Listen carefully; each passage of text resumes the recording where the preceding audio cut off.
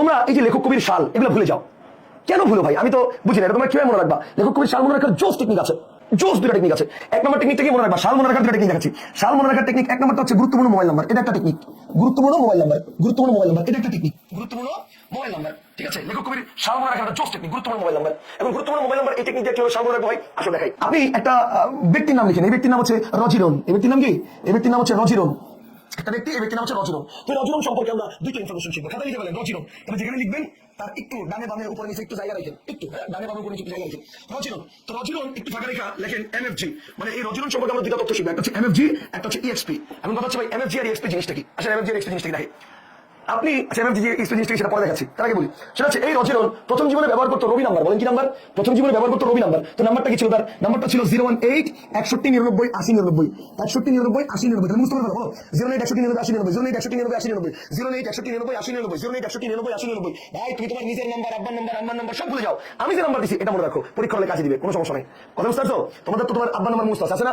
আম্মার নাম্বার মুখস্থ আছে, নিজের নাম্বার মুখস্থ আছে, অনেকের তো তার নাম্বার মুখস্থ আছে, অনেকের আবার তারের সংখ্যা অনেকগুলা, তাদের নাম্বার মুখস্থ আছে। তো এই তাদের নাম্বার মুখস্থ না করে আমি যেটা দিই এটা মুখস্থ রাখো, কাজে দিবে পরীক্ষা হলে। এই যে দেখো 08 61 99 80 99, 08 61 99 80 99। এখন প্রথম জীবনে রবি নাম্বার ব্যবহার করলেও পরবর্তীতে দেখলো বাংলালিংকের নেটওয়ার্কটা ভালো, তারা সুইচ করলো কোথায়? বাংলালিংকে। এখন বাংলালিংকের ইয়াটা কি ছিল? বাংলালিংকের নাম্বারটা কি ছিল? নাম্বারটা ছিল 09 41 54 32 76, 41 54 32 76, 41 54 32 76, 09 41 54 32 76, 09 41 54 32 76, 09 41 54 32 76। পাঁচবার রিডিং করো, 09 41 54 32 76, 09 61 99 80 99, 09 41 54 32 76। এবার আসো, ধরে নিলাম তোমার মুখস্থ হয়ে গেছে। এবার আসো দেখো, এইবার দেখো এই যে এই রজিরন একজন, এখানে চারজন ব্যক্তি। রতে হচ্ছে রবীন্দ্রনাথ ঠাকুর, রবীন্দ্রনাথ, ঠিক আছে?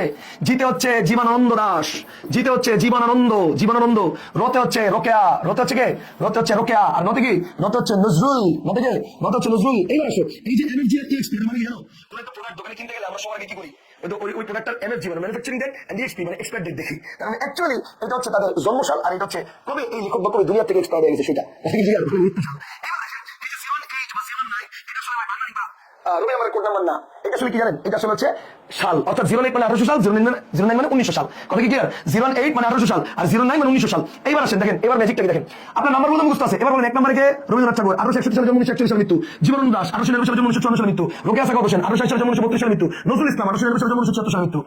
শেষ। তার মানে কি? দুইটা মোবাইল নাম্বার 8টা সাল মুখস্থ, আরো দুইটা পর 16 সাল মুখস্থ, আরো দুইটা পর 24টা মুখস্থ। লাগে না এর ভাই? তোর ইন্টারনেট কয়জন লেখক কবি আছে যে সবগুলো একটা মুখস্থ করতে হবে? আমার কথা কি বুঝতে পারছো? সো নিজের নাম্বার ভুলে যা, তার নাম্বার ভুলে যা, সমস্যা নাই। আমি যেটা দিচ্ছি মনে রাখ, কাজে দিবে পরীক্ষা হলে। কথা কি ক্লিয়ার? তাহলে এবার দেখ ভাই, এবার দেখ এটা কেমন টেকনিকটা কেমন আছে বলো? টেকনিকটা কেমন আছে? তুমি গুরুত্বপূর্ণ এই নাম্বার আবার ফোন দিও না ভাই, নাম্বার কিন্তু বন্ধ, দিও লাভ নাই, দিতে পারো নাম্বার বন্ধ। কারণ এই টেকনিক প্রথম বের করছি 2012 সালে, এই টেকনিক প্রথম বের করছি 2012 সালে, 2025 সাল চলে। সো 13 বছর আগে বের করছিলাম। প্রতি বছর গড়ে প্রায় 15,000 মতো স্টুডেন্ট পড়ে, অনলাইন অফলাইন। মানে অনলাইনে তো এটা কত লাগে না মিলিয়ে জানি না, শুধু মানে অফলাইনে 15,000 মতো স্টুডেন্ট পড়ে। তো 13 বছর যদি 15,000 করে স্টুডেন্ট পড়ে, তাহলে 15,000 ইন্টু 13 অ্যাপ্রক্সিমেটলি প্রায় 1,80,000 মতো স্টুডেন্ট পড়েছি, প্রায় 1,80,000 মতো স্টুডেন্ট শুধু অফলাইনে পড়েছি। এখন তোমার কি মনে হয় না প্রত্যেক ক্লাসে 2-4টা বদের হাড্ডি থাকে? ক্লাসে এটা পড়ার পরেই হ্যালো রজন বলছেন দুঃখে এই নাম্বার বন্ধ করে দিচ্ছে। প্রথম নাম্বারটা ওপেন ছিল, এখন নাম্বার বন্ধ।